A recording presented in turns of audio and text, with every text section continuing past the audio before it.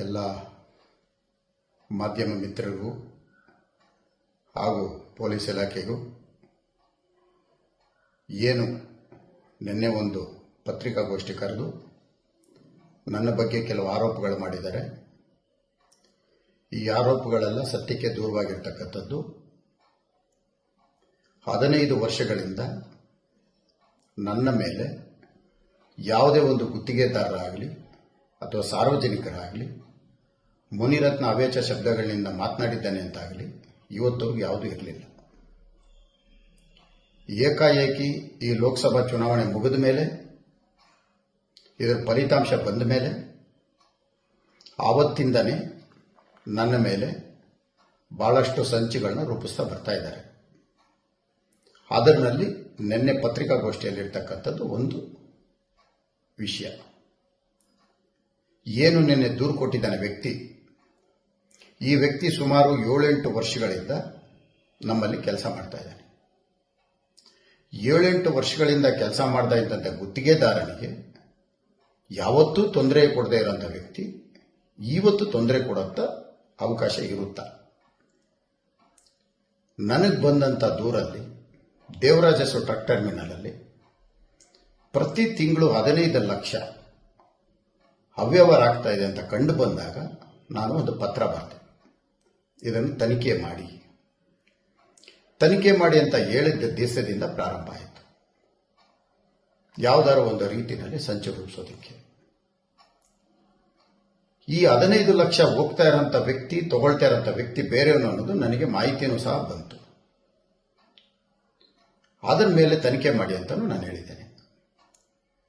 ಒಂದು ದೂರು ಬಂದಾಗ ತನಿಖೆ ಮಾಡಿ ಅಂತ ಹೇಳಿದ್ರೆ ಒಂದು, ಇವತ್ತು ಏನು ಧ್ವನಿ ಯಾರ್ದು ಬೇಕಾದ್ರೂ ಮಾಡಬಹುದು.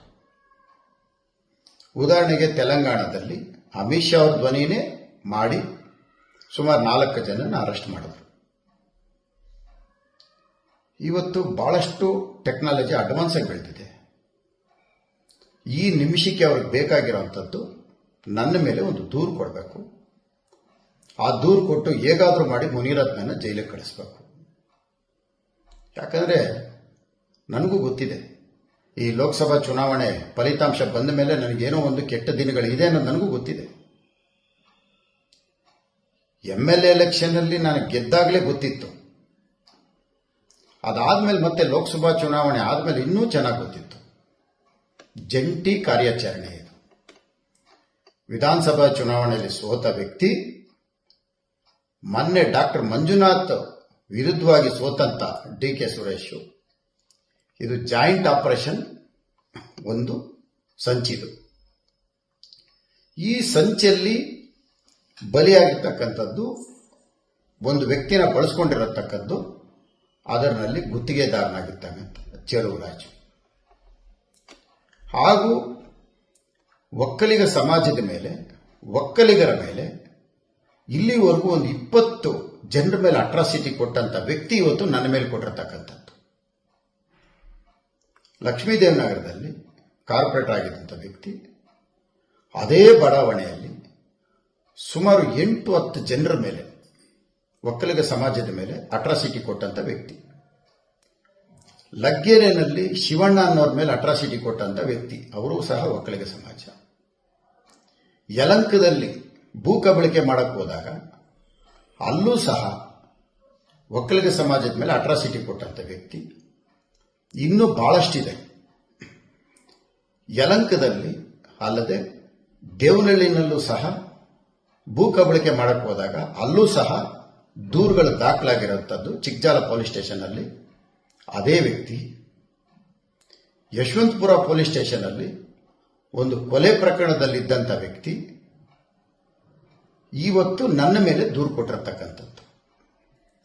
ದಲಿತ ಸಮುದಾಯನ, ಆ ಸಮಾಜನ ಆ ಸಮಾಜ ಜೊತೆಯಲ್ಲಿ ಇದ್ದಂಥವ್ರನ್ನ ಬಳಸ್ಕೊಂಡು ನನ್ನ ಮೇಲೆ ಮಾಡ್ತಾ ಇರ್ತಕ್ಕಂಥ ಒಂದು ಸಂಚು.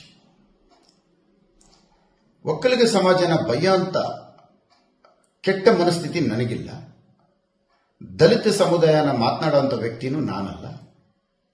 ಇಲ್ಲಿವರೆಗೂ ನಾನು ಯಾವ ಒಂದು ದಲಿತ ಸಮುದಾಯ ಆಗಲಿ, ಒಕ್ಕಲಿಗ ಸಮಾಜದ ಮೇಲೆ ಆಗಲಿ ದೂರು ಕೊಟ್ಟಿದ್ದೂ ಇಲ್ಲ, ಮಾತನಾಡಿದ್ದೂ ಇಲ್ಲ. ಎಲ್ಲ ಮಾತನಾಡಿದ್ದು ಇಲ್ಲ.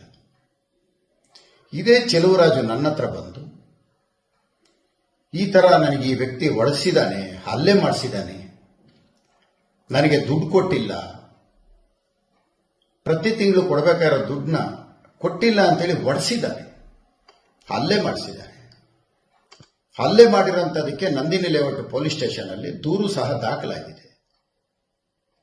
ದೂರು ದಾಖಲಾಗಿರೋ ದಾಖಲೆನೂ ಸಹ ಇವತ್ತು ನಾನು ನಿಮಗೆ ಮಾಧ್ಯಮದವರಿಗೆ ನಾನು ಕೊಡ್ತಾ ಇದ್ದೀನಿ.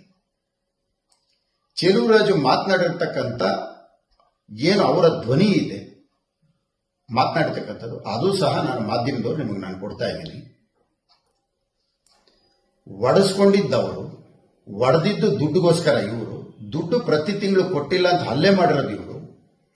ಜೊತೆಯಲ್ಲಿ ಇವತ್ತು ಇದರ ಮಧ್ಯದಲ್ಲಿ 2018 ಮತ್ತೆ 19ರಲ್ಲಿ ಸೋತಂತ ಒಂದು ಹೆಣ್ಣು ಮಗಳೇನಿದ್ದಾರೆ ಅವರು ಮತ್ತೆ ಅವರ ಜನಕರು, ಅವರು ಈ ಲೋಕಸಭಾ ಚುನಾವಣೆಯಲ್ಲಿ ಸೋತಂತ DK ಸುರೇಶ್ ಅವರು, ಇವರು ಎಲ್ಲರ ಸಂಚಿನ ಪ್ರತಿಫಲ ಇವತ್ತು ನನ್ನನ್ನ ಒಕ್ಕಲಿಗ ಸಮಾಜದ ಮೇಲೆ ಎತ್ಕಟ್ಟಂಥದ್ದು, ಮತ್ತೆ ದಲಿತ ಸಮುದಾಯನ ನನ್ನ ಮೇಲೆ ಎತ್ಕಟ್ಟಂಥದ್ದು.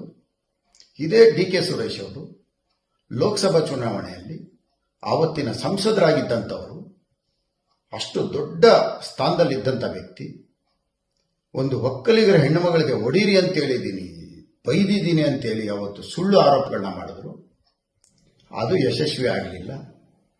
ಈಗ ಡಾಕ್ಟರ್ ಮಂಜುನಾಥ್ ಅವ್ರನ್ನ ಕರ್ಕೊಂಡ್ಬಂದಿರೋದ್ರಲ್ಲಿ ಪ್ರಮುಖ ವ್ಯಕ್ತಿ ಇವನೇ. ರಾಜರಾಜೇಶ್ವರಿ ವಿಧಾನಸಭಾ ಕ್ಷೇತ್ರದಲ್ಲಿ 1 ಲಕ್ಷ ಮತಗಳನ್ನ ಹೆಚ್ಚಿಗೆ ಬಂದಿರೋದಕ್ಕೆ ಈ ಮುನಿರತ್ನನೇ ಕಾರಣ. ಇದು ಎಲ್ಲ